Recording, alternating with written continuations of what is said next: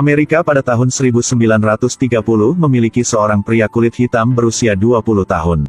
Mengkhususkan diri dalam pekerjaan administrasi di rumah sakit. Setelah membersihkan, dia diam-diam membaca buku-buku medis di dalamnya. Belajar seperti lapar dan haus. Bahkan menghafal semua gambar anatomi bagian-bagian tubuh dan menggambarnya dengan tangannya sendiri. Dalam perjalanan pulang kerja, belajar lagi. Ini adalah cita-cita dia. Dia ingin menjadi dokter. Ini adalah karakter asli bernama Thomas. Dia belum pernah ke akademi medis sebelumnya.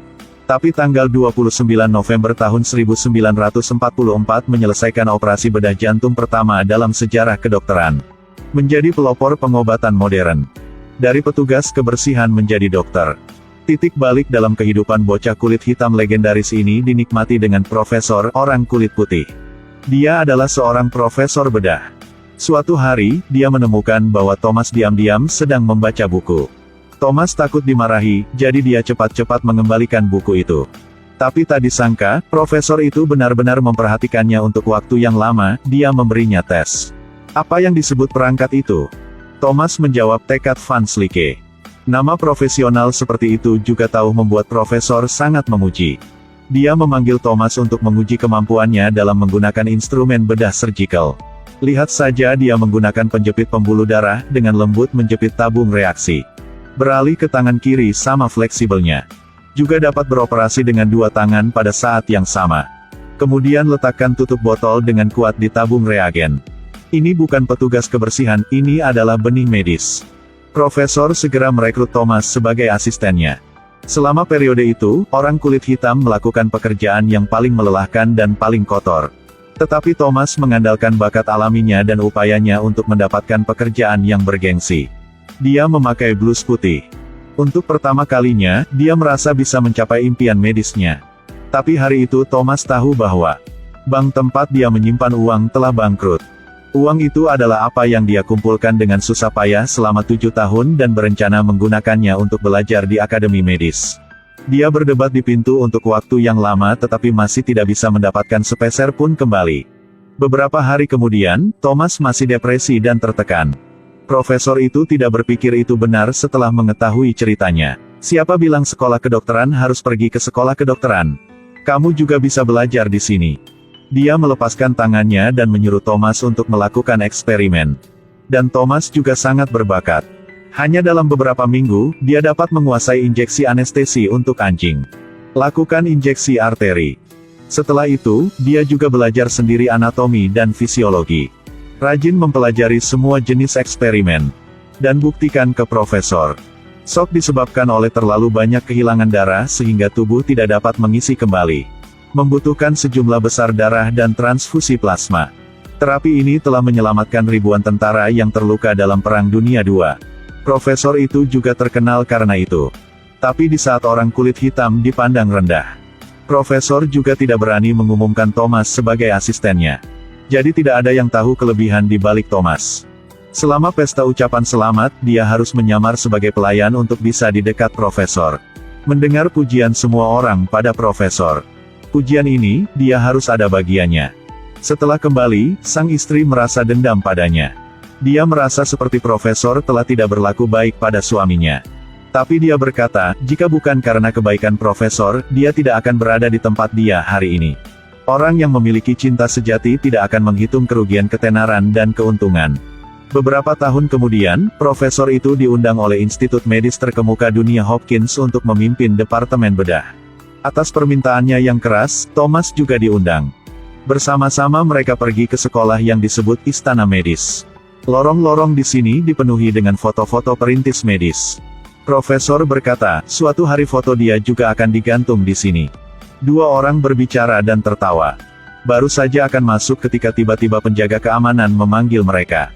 Dia mengatakan orang kulit hitam tidak boleh pergi ke pintu depan, mereka harus melalui pintu belakang. Thomas tidak memprotes, diam-diam berjalan keluar. Dia melewati patung Kristus yang melambangkan kesetaraan dan cinta. Yang disebut kesetaraan. Sejauh ini semuanya kecuali orang kulit hitam. 1943 di lembaga medis terkemuka dunia Hopkins. Begitu Thomas muncul, dia langsung menarik perhatian semua orang kulit putih. Kemanapun dia pergi, tatapan itu akan berhenti padanya. Tidak hanya itu, bahkan rekan-rekan kulit hitam memandangnya. Sepertinya dia tidak pantas mengenakan blus-blus putih ini.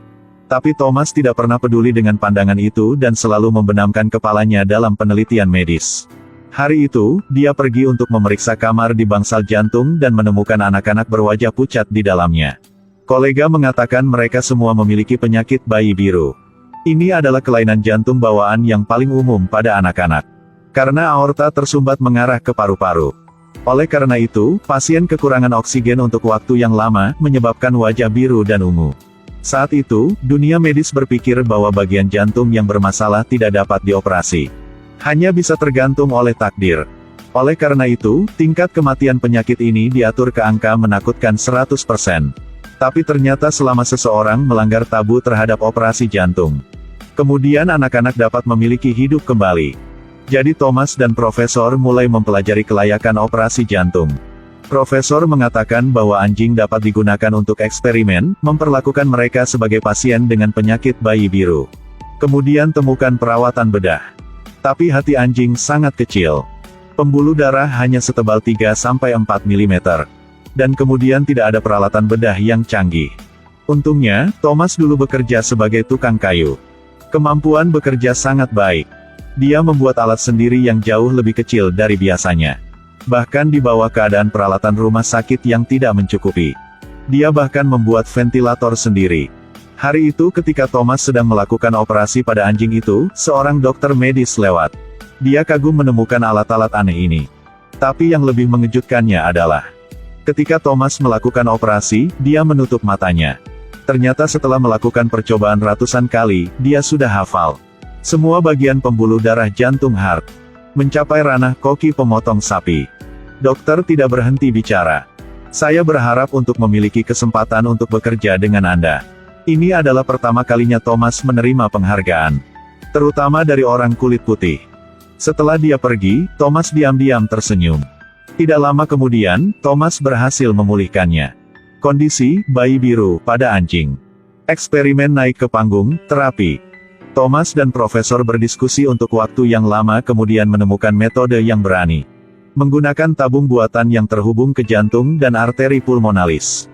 Untuk memasok darah sebanyak-banyaknya ke paru-paru. Jenis metode bedah ini dapat dikatakan belum pernah ada sebelumnya.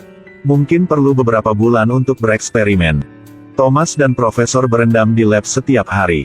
Sebelum dan sesudah juga melakukan operasi pada lebih dari 200 anjing. Terus menyempurnakan detail bedah untuk memastikan tidak ada celah. Sepasang kekasih setelah mengetahui informasi ini. Mereka pergi mencari Profesor. Mereka ingin Putri menjadi subjek uji manusia pertama. Karena ini juga harapan terakhir mereka. Putri mereka memiliki penyakit bayi biru, dan telah dilaporkan sakit kritis. Profesor setuju. Beritanya baru saja tersebar, semua rekan menyarankannya untuk tidak mengambil risiko. Setelah operasi gagal, dia tidak akan memiliki tempat di dunia medis lagi. Bahkan pendeta datang untuk mengkritiknya. Mengatakan ini adalah pencemaran nama baik spiritual. Sama seperti itu memberi banyak tekanan padanya. Taruhan uang karir. Profesor dan Thomas memulai operasi jantung. Pertama kali dalam sejarah.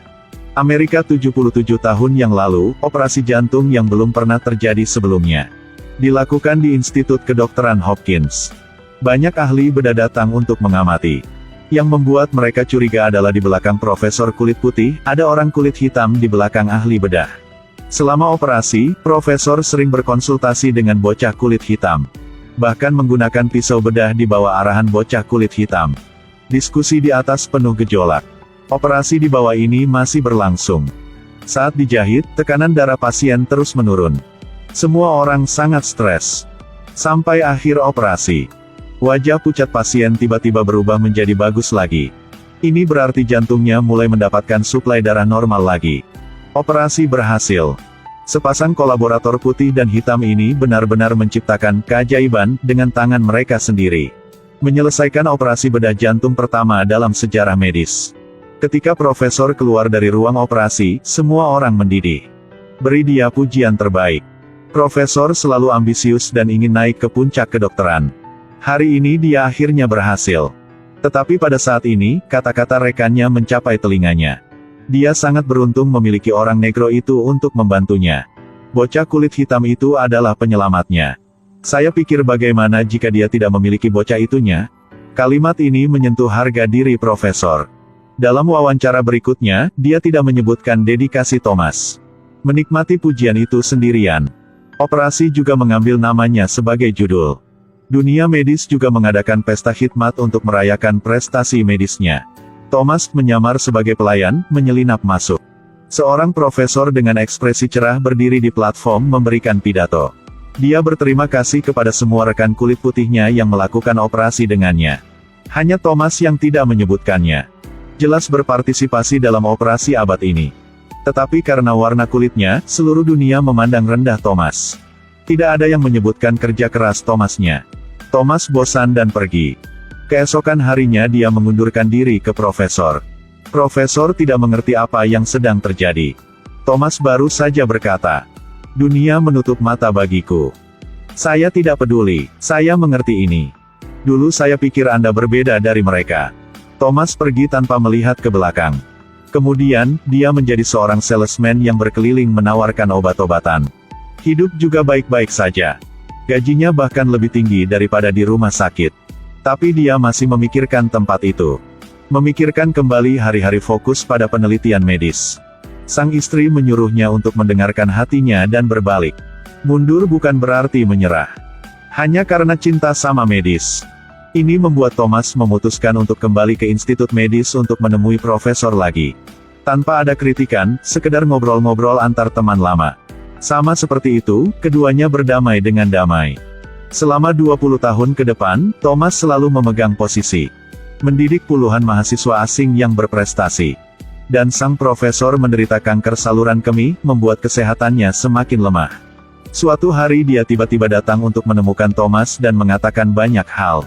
Dan menyuruh Thomas mendorong dia di depan foto dirinya. Dalam gambar, dia semangat dan penuh energi. Tapi sekarang perlahan semakin tua. Dia berjuang untuk berdiri dan perlahan pergi. Itu adalah sosok terakhir yang ditinggalkan profesor untuk Thomas. Malam itu, dia meninggal dalam tidurnya. Institut Kedokteran Hopkins juga mengibarkan bendera setengah tiang untuk mengenangnya. Setelah Thomas mengetahui bahwa kematian profesornya, dia murung sepanjang hari. Mereka berdua adalah guru dan teman, telah bekerja bersama selama 10 tahun. Sekarang yang satu pergi, yang lain tetap di sini. Melanjutkan penelitian medis mereka yang belum selesai. Dedikasi selama puluhan tahun Thomas untuk kedokteran dan pengembangan bakat.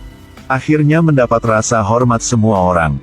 Pada tahun 1976, Universitas Hopkins memberinya gelar doktor. Juga buatlah gambaran besar untuknya. Ini juga orang kulit hitam pertama yang menerima kehormatan khusus ini. Bahkan, gambar pria kulit putih Dr. Alfred Blalock. Dan pria hitam adalah dokter hitam, Vivien Thomas. Bergantung di lorong Universitas Hopkins. Menjadi pionir medis yang dikagumi semua orang.